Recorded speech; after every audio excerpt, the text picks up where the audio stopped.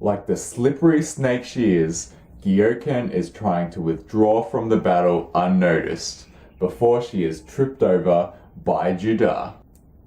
"Where are you going, Grandma?" Man, that's classic Judah. And of course, she's thinking to herself about that person.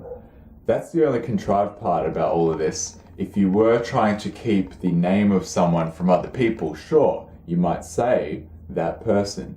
But when you're thinking to yourself, wouldn't you just think David, Ilah, whoever that person is, wouldn't you just use their name in your own mind? It was a pretty brief panel, but Judah has this moment where he nearly loses it against KOUEN. "If you weren't around, I would be more, he declares. And we see like his eyes change appearance, and this all happens before he just kind of laughs it off and says, "Oh, I forgot what I was thinking about." The thought slipped his mind. I might present a theory about that later on in this review. So get this, Hakuryu beheads KOUEN, and of course her head rolls off smiling. That KOUEN, as I've said before, so freaky and depraved. Now here's what's interesting. After the death of KOUEN, Hakuryu has kind of lost his purpose in a sense. He's just sitting around moping. This is not because he's mourning the loss of his mother, it's just because so far he's only intended to live his life following the path of his wrath. Now that his wrath has been incurred, Hakuryu is, as Judah suggests, empty. As it turns out, for him, wrath is dignity. The capacity for wrath is like a right of a human being to Hakuryu. It's kind of like a teleological function to Hakuryu.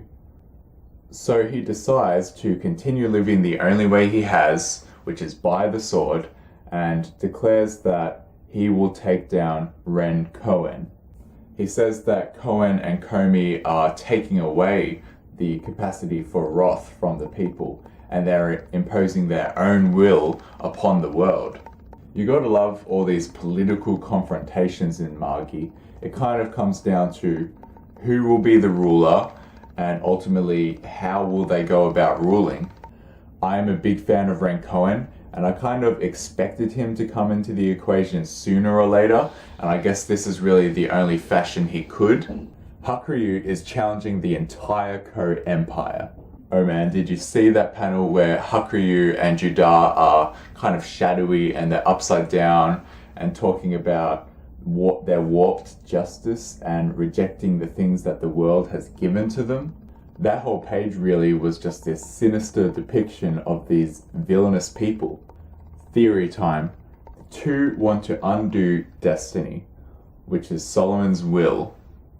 Solomon's will is the white rook, and I'm thinking that David and or Ilah's rook is the black rook. I'm sure a lot of us are thinking that at the moment. So it definitely seems to be positioning the narrative this way, that Ilah is an evil god, he's that person, whispering sweet nothings of depravity into the ears of those who are wronged by destiny. Ilah wants to undo destiny and in the process undo the constructs of the world that Solomon has created. All this in order that Ilah can rise back into power and dominion. Now, I'm sure there will be some detailed nuances here or there, but for the most part, this seems to be where things are going in this story. Really great chapter of Magi this week, with KOUEN taken down. Hakuryu and Judah now set their eyes on KOUEN and the rest of the KOUEN empire. Things are getting intense, but that's all I have for this one. Thank you for watching. If you could please like or comment, subscribe, give me some feedback about this kind of review, and I appreciate you spending the time to check out this video. Thanks.